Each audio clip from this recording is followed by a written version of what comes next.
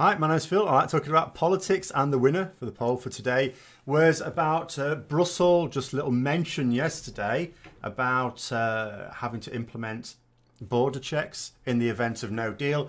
So there's not necessarily a huge amount happening in Parliament this week regarding Brexit anyway, which is odd, as this would normally be the MPs' recess week, which was, well, week and a half, which was cancelled in order to push Brexit along. But we'll see, there may be more interesting things to come later in the week. But what was supposed to be happening outside of Parliament is two Conservative MPs of note, Geoffrey Cox, who is the Attorney General, and Stephen Barclay, who is the Brexit Secretary, are attempting to persuade the EU to amend the deal with regards to the backstop. Now, Geoffrey Cox was supposed to outline his plan for ensuring that there would be a guarantee of no hard border in Ireland, and the government today, even in Parliament, the Solicitor General, behave yourself, I'm not talking about unions, the Solicitor General actually was asked a question in the House, and he said, yes, the government is totally committed to the Good Friday Agreement. So they're explaining that again, which means, of course, no hard border. And, you know, and when I say it means no hard border, they are saying that as well. The Prime Minister was very, very clear that means no hard border in Ireland. So they are again going on public record as saying that's what they're determined for. So what he's supposed to be laying out today is not some way of circumventing the Good Friday Agreement, but ensuring that there is something in place that ensures no hard border. Now, here's where the oddness of the situation arose. So Barclay and Cox already met with Michel Barnier yesterday in Brussels, in Belgium. Now, these are two guys from Britain travelling to Belgium on a Monday to explain what needs to happen to get the deal to go through the UK Parliament, when everyone involved in that room would have known three things. One, what it is that the Prime Minister is publicly claiming will get it through, namely the removal of the backstop. And remember, a time limit on the backstop is removing the backstop. Okay? They all know that that's what the Prime Minister is saying will get it through. However, they also all know that that actually wouldn't even get it through, even if it were possible to do that, which of course it is not. Because the reality is that the ERG would not support it. They'd just come up with some other reason. However, the ERG are not panicking trying to think of another reason at the moment. They know with absolute certainty that the backstop cannot be amended because it can't. Not that it won't, not that it's politically difficult. It can't. You know, and if the ERG don't support it, then Theresa May would need opposition support. But without a commitment to a customs union, she's not going to get opposition support. They know that too. And if there were to be a commitment for a customs union, that would solve the backstop issue completely. And you wouldn't need to remove it because it would never be implemented because you'd have a customs union. No problem. And they know that. And then the third thing they know is that if there is actually something to replace it, you don't need to replace the backstop. The backstop doesn't come into force unless there is no replacement for it. So if you have a replacement, you don't even have to come up with a replacement now. You just have to come up with a replacement before the end of the transitionary period, which is supposed to be in 2021. But yeah, even that can be extended. That doesn't have to happen then even. So the alternative isn't needed now. So you don't need to change the backstop for that. They all know that. So what were they really saying in that room? Seriously, what were they actually talking about? You know, the Solicitor General, get it right this time, was saying today in the comments, oh, you know, this isn't just, I can't remember the phrase he used, I would call it window dressing. They said there are real and productive discussions ongoing. Nah. Because what they're expecting us to believe, this is what they're expecting us to swallow. So, you've got two guys who go all the way to Brussels to explain that the backstop needs changing to Barnier, as if he didn't know. Only to come back to the UK to set out Cox's plan, the Attorney General, to the British public before going back to Brussels the next day. They're supposed to be going midweek, to then tell Barnier all about it and persuade him to change the agreement, even though I'm pretty sure he'll have seen the news. Is that just me? Does that sound mad to anyone else, that sequence of events? So personally, it is just more window dressing for the whole renegotiation thing to run down more of the clock, but involving the Attorney General and the Brexit Secretary this time rather than the Prime Minister, who is probably unable to go because she's busy pissing herself about Labour imploding at the moment. And in amongst the backdrop to all this, Brussels have been saying that they'd carry out rigorous checks on goods from the UK in the event of a no-deal Brexit. They had before, but I suspect the timing is intended to ramp up pressure on the UK Parliament to do something. We already know, as a little aside, as an unofficial little check, that French fishermen plan to blockade the importing of British fish to the EU via France, where almost all of our catch goes, like 4 out of every 5 fish, at least, caught by British fishermen is sold in the EU. And if there's one thing the French know how to do, it is set up a militant blockade. At least this time they shouldn't be setting fire to any live animals. Bit tricky to start fires at sea, though not impossible. And then as soon as I mentioned it, of course, as soon as I even brought it up as a topic on the poll, what did we have straight away? The spectre of GATT Article 24 cropped up again. So let's go through that. So first of all, we need to explain what Lord Snooty's been saying about it. I have come prepared. I even have a monocle. Don't really get on with monocles now. They're very ineffective. So, basically, what did Lord Snooty say about it this time, and then what the reality is? So, what Jacob Rees-Mogg said is that in the event of a no deal, we still have 10 years of free trade with the EU as a result of this obscure article, which has never been used in the whole history of ever. And we've got all that time to make a trade deal. However, the reality of the situation is nothing could be further from the truth. It exists from before the time of WTO, basically, hence the GATT reference. Its purpose was to allow nations to renegotiate trade deals without tearing up their current one in the process. So, as trade deals take many years to negotiate, not the afternoon over a cup of tea, as claimed by at least one Brexiteer, then it was felt necessary, at least at the time, it's a long time ago, that you should have a provision that gives both nations security over their trading relationships whilst making a new deal. So let's say you've got two countries who've got a trade deal with each other, okay? Then one side wants to change the terms of the deal, all right? Maybe they've got tariffs on it and they say, maybe we should come to some free trade agreement, such as existed between the EU and Japan just now, for example. So rather than cancelling the current deal, which then puts you in a much worse position while you negotiate the new one, this article allows the countries to trade on exactly the same terms as the deal they had whilst they tear it up and rewrite it, and it gives them 10 years to do it. Roughly the amount of time these things take. With a provision for an extension, like with everything, but it's fairly restrictive. Now, it wouldn't apply between the EU and the UK because we're not changing the terms of a trade deal. We don't have a trade deal with the EU. We are the EU. And if people are going to say, oh, we do, if there is a trade agreement in existence between the UK and the EU, which, by the way, would be mad. It would be like having a trade agreement between the USA and the USA. But, let's say you're going to insist on it. Okay, where is it? Link it. Easy enough.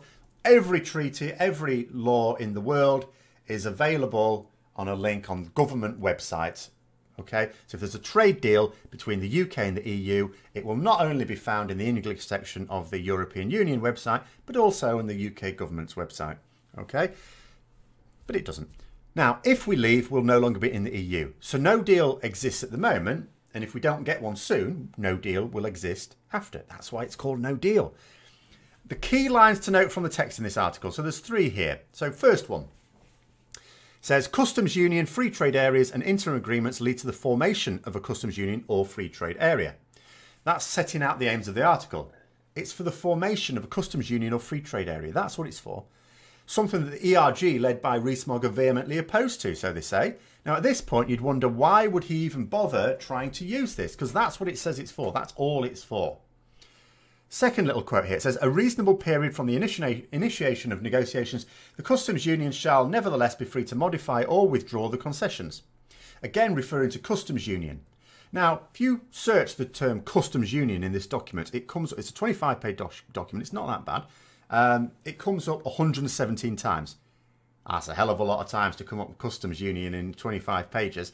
Why is that? Because that's what it is. It is an article in how to negotiate a customs union or change the terms of one that you're already in.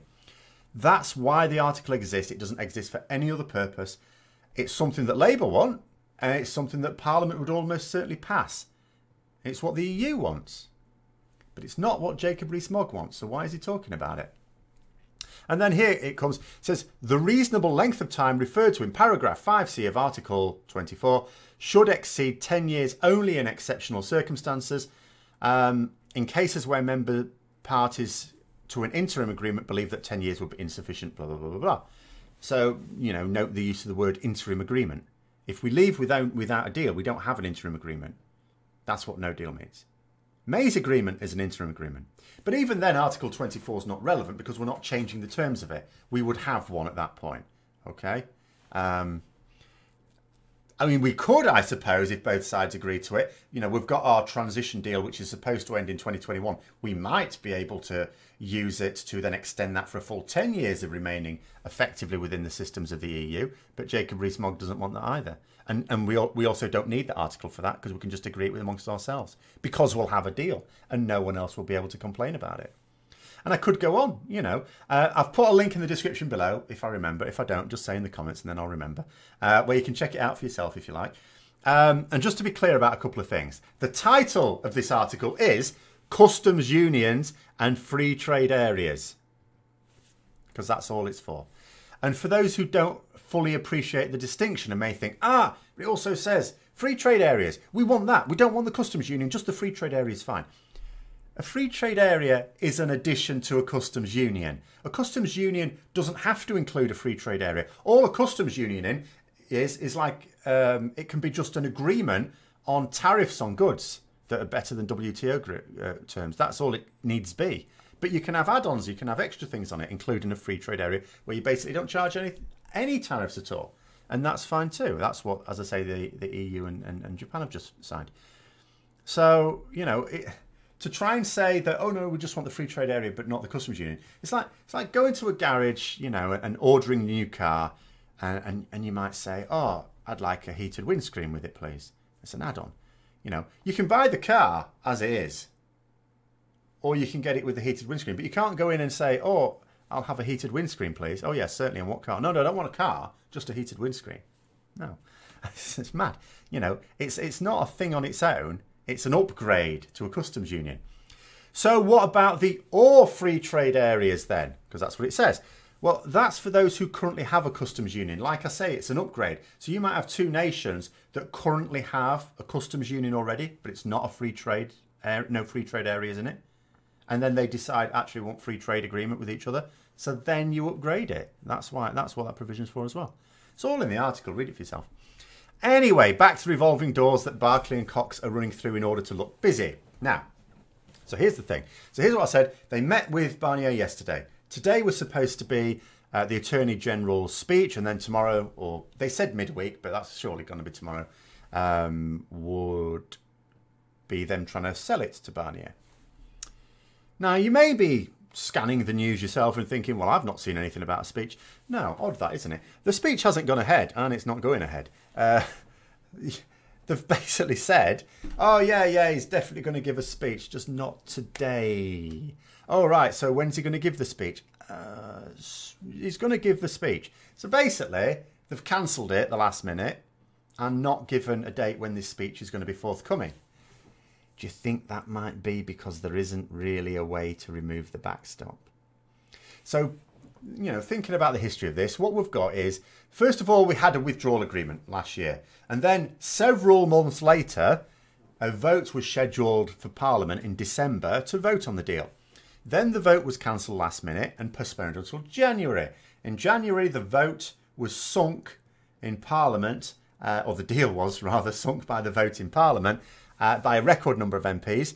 So then Theresa May has to come back with a plan B. Her plan B was basically plan A, but different. How's it different, Theresa? It is. And she was supposed to go back and get amendments and then bring it for another vote in Parliament last week. That was cancelled and postponed till the end of this month. And then we have a situation where the Attorney General is supposed to give a speech on his grand plan to replace the backstop, which is then cancelled at the last minute. And actually, they haven't even postponed that. They haven't actually given a date for that. Anyone noticing a little pattern of delay here? I am starting to suspect a pattern. So to reiterate the situation, which everyone involved in is fully well aware, you can't wave people through or goods through a border without a customs union arrangement of some kind. You can't charge no tariffs to goods without a trade agreement at least, or rather you can, but then you'd have to do it to all other countries with whom you have no deal. So for the UK, that would mean everyone. We do have a few agreements, a small number of agreements, but then bear this in mind. So we've signed a few agreements with those countries where we're establishing tariffs. But, you know, if we're going to say to the whole rest of the world, oh, no, you don't, we're not going to charge you tariffs on your goods, those countries with their agreements will go, hang on a minute. Why are you charging us tariffs? We made deals with you. Well, agreements. Let's distinguish between deals and agreements for legal terms. They'll go mad. So, you know, that's a bit of a non-starter. But if we tried it, we would literally become the Wild West of global trade because anything goes. For the EU, you know, it wouldn't include everyone, but it would include a fair number of nations, which would not only lose them a load of money from, you know, the import tariffs they currently charge, harm their own manufacturing and farming, which would now be less competitive, as well as destroy their position during ongoing trade negotiations with those nations. So they're not going to do that either. And so the EU and the UK, for that matter, only have two choices in the event of no deal when it comes to border checks. They can either implement them straight away, or they can resist for a while until complaints are made, which they will be, and then implement them later, having chalked up a lot of bad will amongst their other trade partners. You know, a member from the DUP was again trying to say in Parliament that we don't need the backstop because there is no way a hard border would exist. So anyone who understands Northern Irish politics will know no one will implement a hard border there. And I'm quite sure many people from the area think the same, except for it'll not be up to them. Yes, it would be absolutely dreadful, and you can't imagine, especially people living there, cannot imagine why anyone would do it. But it comes down to this. It's countries will make a fuss. And I know someone was saying a little while ago, oh, you've gone to America to try and get some sympathy over this. America will show no sympathy whatsoever. If its trade is being harmed by the fact that we are allowing EU goods to pass into the UK tariff-free and vice versa and without checks, and theirs can't, in a situation like that, you are, well, they're going to become basically what it allows them to do. First of all, it could take us to court, but what the WTO also allows us to do if we don't behave ourselves, it allows them to respond in kind, and they can screw over our trade with them, as well as other countries who are going to be pissed off about it as well, large economies. And you expect sympathy from Donald Trump, do you? Really? This guy doesn't give a crap about his own people. He's suddenly going to give a crap about some people in a land he's barely heard of. Oh, no, he has heard of it. Of course, they have golf in Ireland. So, yeah, for the UK, it's especially baffling to me, though, because the very same Brexiteers who are saying we should have hard borders are also saying we don't need hard borders, without even a hint of irony. If we want hard borders, then of course we'll implement them. It's not a case of even being forced to. The Brexiteers say we want them. And if we don't, then there's no problem with formalising the arrangement in a customs union, is there? But seriously, the lack of thinking about what some people are saying is the reason why the government is getting away with stringing this out until the last minute. And to what end? Only a magic 8-ball can tell, and I broke mine years ago. It's like playing a demonic form of Jack in the Box, where the lid opens, you'll either be relieved or damned forever. And the suspense is killing British jobs week by week. You know, again, another car manufacturing plant has announced there's going to be job losses. At least they're not going to be immediately. We've got announcements of 8,000 job losses in the car manufacturing industry alone. 8,000 jobs on the chopping block. And as an MP explained in Parliament today, for every job that there is directly in car manufacturing, there are another 4 in the supply chain. So now we're straight away looking at 40,000 jobs. And then you think about the families of each of those workers, what that represents. And then you might say, so well, all 40,000 are not going to be out of work forever. No, they will get other jobs. But in a situation where we have far fewer jobs than people to do them, any of those 40,000 that get a job doing something else are going to displace someone who otherwise would have done that job. So you're still talking a net 40,000 job losses. And that's just the start, of course, because now they need benefits. So the welfare bill goes up, but the government won't raise taxes to pay for it. So they'll cut elsewhere. Even on benefits, those people won't be able to manage. So many will lose their homes. Less money to spend in the shops means some of those shops go out of business or at least downsize. More jobs lost there. The loss of those jobs means even fewer wages being spent in the local area, even more pressure on public finances. And you end up with a depressing spiral, the sort that hit in the UK when I was growing up in the 1980s in UK industrial towns. A bit like the ghost of Thatcher has come back to shit on us all again. You know, and all because the government gets away with lying to the public who buy everything they say. We are the proverbial turkeys voting for Christmas. The reality of the situation is if we crash out with no deal, there will have to be border checks. If we resist it, we may get away with it for a little while, but we'll still have to implement them. And when I say we, I mean the EU and the UK. And we'll have chalked up even more bad will in the meantime by doing so. So the EU are clearly saying that they're not prepared to do that. So there we are. I hope you found the video interesting, as always. If you did, don't forget to click the like button, subscribe for further content, and the bell notification. And there should be a poll going up at some point tonight as well for you to vote on the next video, which may or may not be tomorrow. Usual thing, if there's any sort of breaking news as such that comes on, as may come midweek when Parliament's in session, then I may replace it and put it for Thursday, but otherwise the plan will be for tomorrow. So thanks for watching. Until next time, see you later.